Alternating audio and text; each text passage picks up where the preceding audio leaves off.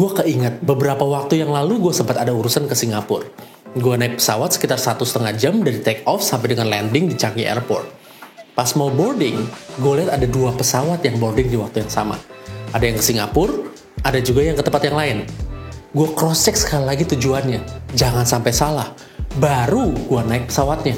Di dalam pesawat, gue juga dengar ada pengumuman dari kapten kapalnya. Habis perkenalan diri, nama saya Kapten A, saya adalah kapten kapal ini. Terus dia juga bilangin juga tujuannya ke Singapura. Ketinggian jelajahnya sekian ribu kaki. Bakal nyampe ke Singapura dalam waktu sekian jam. Ini kelihatannya simple, tapi sebenarnya ini SOP yang bagus banget.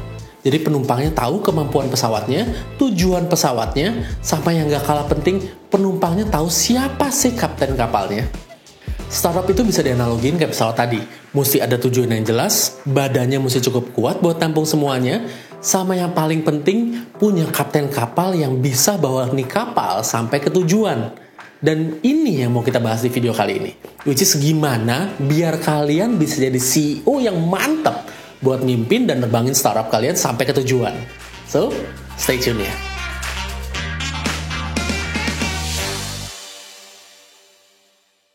Hey guys, apa kabar semuanya? Buat kalian yang belum kenal, salam kenal dulu. Gue Albert Tan, dan di channel ini kita akan banyak belajar bareng mengenai hal-hal menarik dalam bisnis dan startup. Mulai dari marketing, inventory, purchasing, juga recruitment. Dan kali ini kita akan bahas soal leadership dari kalian as a CEO. Soalnya kita semua tahu CEO pegang peranan yang penting banget di perusahaan startup. Dan we all know juga, as a CEO, kalian perlu yang namanya leadership skill. Tapi leadership skill itu apa sih? Apa yang perlu kalian perhatiin? Langsung aja kita bahas bareng-bareng yuk. Secara garis besar, as a CEO, at least kalian mesti pikirin 3 pilar utama. People, vision, sama culture dari startup kalian. Kenapa gue bilang at least? Soalnya pastinya banyak hal lain yang mesti kalian pikirin. Tapi ini 3 hal yang utama. Tapi jangan sedih, 3 ini juga bakal beranak pinak nih detailnya. Kita bahas satu persatu ya. Yang pertama, people. Pilar people ini penting banget nih. Soalnya perusahaan startup kalian bisa kuat kalau tim kalian solid. Kalian CEO berarti Chief Executive Officer, bukan Chief Everything Officer.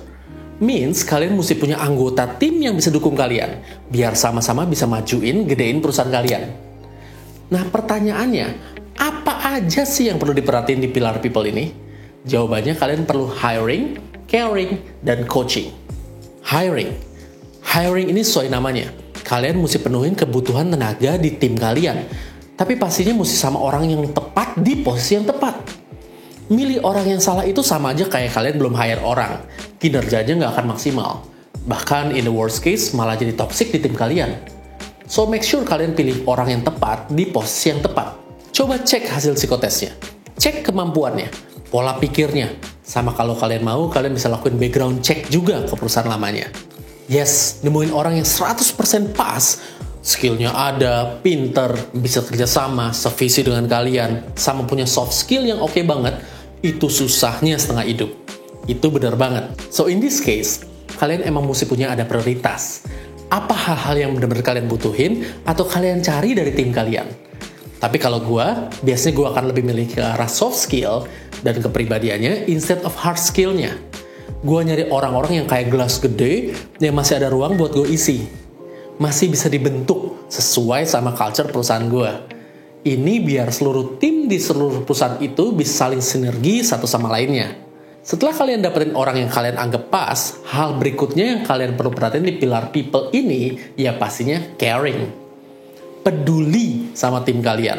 Lihat kebutuhannya apa. Kadang ada yang exhausted, kadang ada yang perlu bantuan masalah koordinasi, atau kadang ada juga yang perlu dibantu soal masalah pribadi mungkin. Sometimes kebutuhan ini simple, misalnya kayak mereka butuh didengerin ide-idenya. Sometimes juga kebutuhan mereka ini tersirat, nggak kelihatan jelas. Di sini kepekaan kalian diuji. Turun ke lapangan, lihat keadaan sebenarnya di lapangan seperti apa. Jadi kalian bisa benar-benar care sama kebutuhan mereka. Tapi ingat, as their leader, kalian tetap mesti punya pemikiran yang objektif. Jangan sampai saking care-nya jadi subjektif. Next one, selain hiring dan caring, kalian juga mesti bangkitin potensi terpendamnya tim kalian. Caranya kalian harus coaching tim kalian. Coaching ini bisa ngebuat tim kalian ngeluarin sisi terbaiknya mereka. Tapi sayangnya nih, Banyak leader yang mikir mereka udah jadi coach yang baik buat tim mereka. Mereka kasih nasihat, terus nunjukin timnya harus ke arah mana, atau mesti lakuin apa. Sebenarnya nggak gitu inti coaching. Coaching ini lebih ke arah siapin hati, pikiran, sama kuping buat nyimak anak buah kalian. Gue sebut nyimak, soalnya again, banyak yang tersurat, bukan tersirat. Jadi sekali lagi, dalam proses coaching kalian mesti banyak menyimak. Jangan kasih nasihat. Keep your advice beast dulu. Stop kasih nasihat ke mereka. Jawab kesulitan mereka pakai pertanyaan-pertanyaan yang bisa bikin mereka mikir sendiri jalan keluarnya apa. Ini kalau dianalogiin, kita lagi kayak ngobrol sama orang sakit. Sakit kepala gitu misalnya ya. Kalian tahu obatnya apa, tapi kalian nggak boleh cekokin tuh obat ke orang ini. Yang kalian mesti lakuin, kalian mesti change their belief. Terus tuntun mereka, buat mereka minum tuh obat. Sometimes mereka nggak tahu obatnya yang ada sebenarnya di depan mata mereka. Mereka mesti disadarin buat tahu obatnya ini. Dan mereka mesti dengan kesadaran sendiri juga ngambil obatnya ini terus minum biar mereka sembuh. Kalau mereka minum sendiri obatnya, next time mereka ada apa-apa, mereka bisa minum sendiri obatnya tanpa kalian suruh-suruh. Kalau di kehidupan nyata, berarti kalian juga mesti mikirin atau gali pemikiran dia. Korek dengan pertanyaan-pertanyaan yang nyadarin mereka bahwa mereka itu sebenarnya punya potensi. Jadi at the end of the day, mereka sendiri yang ngeluarin jalan keluarnya. Dan kalian bisa bimbing dia buat jalin solusi yang mereka pilih tadi. So once again, stop your advice beast, gali potensi mereka dengan pertanyaan-pertanyaan sampai mereka bisa nemuin sendiri jalan keluarnya. Alright, tadi pilar people udah kita bahas bareng-bareng. Sekarang kita mau lanjut nih ke 2 pilar lagi yang mesti kalian perhatiin as a CEO atau leader dari startup kalian, which is culture dan vision. Kita mulai dari culture dulu. Tadi kan kita udah bahas ya, pilar people itu penting. People ini yang bakal ngejalanin startup kalian. Mulai dari sales, marketing, finance, accounting, ya you name it lah. Tapi mereka semua perlu diperkuat sama hal solid yang jadi payung atau panduan buat seluruh tim kalian. Biar mereka kerja dengan baik dan ada sinergi satu sama lainnya as satu kesatuan tim. Which is ini disebut dengan culture. Culture ini bakal jadi pedoman dan mindset di setiap hal yang dilakuin sama tim kalian. Mulai dari cara ngejalanin kegiatan sehari-hari, cara ngelihat masalah, cara kerja tim kalian, sampai juga pengambilan keputusan dalam tim kalian. Culture nggak bisa dibangun dalam satu hari. Ini mesti diulang-ulang terus, sampai bener-bener mendarah daging di tim kalian. Gue inget dulu ada mentor gue yang ngomong, bisa karena biasa. Biasa karena dipaksa. Ini bener banget sebenarnya. Sometimes kita perlu lebih tegas ke tim kalian waktu kita mau negakin culture. Tapi, waktu mereka udah berhasil, kita juga perlu kasih reward. So, dengan kata lain, reward dan konsekuensi ini juga penting banget biar culture ini bisa ngedarah ke daging. Tapi pertanyaannya, apa sih langkah awalnya buat kalian bisa punya culture ini? Jawabannya pasti ada sistem, atau disebut juga dengan SOP atau framework. SOP dan framework ini yang bikin seluruh anggota tim kalian bisa ngejalanin kegiatan mereka sehari-hari.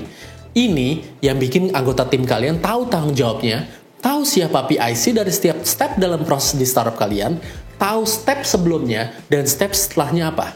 Dan tahu juga apa reward dan konsekuensinya dalam ngejalanin ini. Dan satu hal lagi yang pasti, ngebangun culture ini mesti dimulai dari kalian as their leader. Kalau kalian sendiri nggak bisa jalanin culture-nya, pastinya tim kalian ngelihat culture ini nggak serius buat dijalanin. Kebalikannya, kalau kalian sendiri juga patuh sama sistem dan komitmen buat jadiin itu semua jadi culture perusahaan kalian, tim kalian juga bakal ngikutin. Misalnya, kalau kalian mau ada culture accountability, kalian sebagai leader juga harus bisa accountable. Namanya accountable berarti bisa diandalkan, bisa dipercaya. Kalian mesti bisa lakuin yang terbaik buat ngejalanin setiap tugas yang jadi bagian kalian. Sebaliknya, berani juga tanggung jawab kalau kalian salah. Berani minta maaf, berani ngakuin kesalahan, dan perbaikin ke depannya. Tanpa lempar kesalahan ke orang lain. So again, culture ini bisa jadi fondasi yang kuat banget buat tim kalian biar bisa jalan terus ke depannya. Dan ini tugas seorang leader atau CEO buat memulai dan mastiin culture ini mendarah daging di tim kalian. Right? Kita sampai ke pilar yang ketiga dalam CEO leadership, which is vision. Vision inilah yang ngerangkup semuanya. Vision ini yang jadi tujuan yang mau kalian capai. As a leader, kalian mesti drive tim kalian ke arah yang sama. Ke arah mimpi yang sama yang udah kalian komunikasiin di awal, yang udah disepakatin bareng di seluruh tim kalian. Tapi, justru di sini nih banyak kesalahan para leader. Mereka keep mimpi ini buat mereka sendiri. Yes, it's really good banget mereka punya visi yang gede. Mereka punya peta di kepala mereka. Again, it's good. Tapi kalau mimpi ini, visi ini nggak dikomunikasiin, susah banget buat ada kesatuan di tim kalian. Again, startup itu kayak pesawat. Dan CEO itu kapten kapalnya. Coba bayangin, kalau kalian jadi penumpang, kalian mau nggak naik pesawat yang tujuannya nggak jelas? Nggak mau kan? Kalau kalian naik pesawat, kalian pasti mau tahu dulu dong, pesawatnya ini mau arahnya kemana nih? Kalau emang tujuannya sama, kalian bakal happily ikut dalam pesawat itu sampai ke tujuan. Sama kayak tim kalian. Kalau mereka tahu arah tujuannya, visi kalian as their leader buat bawa di startup ke arah mana, tim kalian juga bakal lebih happy buat stay dan do their best buat startup kalian. Nah, tapi komunikasi visi aja nggak cukup nih. Di dalam perjalanannya, kalian juga perlu nge-lead tim kalian dan mecahin banyak masalah dalam seluruh tim kalian biar semuanya nyampe ke tujuannya. Kalian mesti punya mindset yang solid soal ini. Semua keputusan kalian mesti bikin perusahaan ini tetap on track, nyampe ke tujuan sesuai dengan visi kalian. Dan ini juga termasuk menjalin hubungan yang baik sama stakeholder plus nyari investor. Yes, nyari investor termasuk hal yang perlu dipikirin sama kalian as a CEO. Kalau balik lagi ke analogi pesawat tadi, si kapten perlu ngejaga dan mastiin pesawatnya punya bahan bakar yang cukup buat nyampe ke tujuan. Artinya, as a CEO, kalian mesti pastiin startup kalian punya supply cash yang cukup buat dukung pertumbuhan growth kalian. Which is, mostly ini berarti nyari investors buat join in dan bantu di startup kalian. Alright guys, itu dia 3 pilar yang at least kalian mesti pikirin kalau kalian mau jadi CEO dan leader di startup kalian. People, culture, dan vision. Make sure kalian juga punya hati buat ngejalanin ketiga pilar ini. Ini juga berarti kalau kalian belum punya kemampuan ke arah sana, tapi kalian punya kerinduan buat mimpin tim kalian jadi sukses, kalian mesti berusaha cari tahu, belajar, develop lagi skill kalian. Kalian juga bisa cari mentor buat nuntun kalian biar jadi leader yang lebih baik dari hari ke hari. Dan kabar baiknya, kalian gak sendiri. Most of the great leaders in this world are developed, not born. So you can do it kalau kalian mau berusaha. As usual, kalau kalian masih ada pertanyaan atau pemikiran tertentu, silakan tulis di kolom komen di bawah ini biar kita bisa diskusi bareng. So, thank you for watching and I'll see you in the next video. Bye-bye!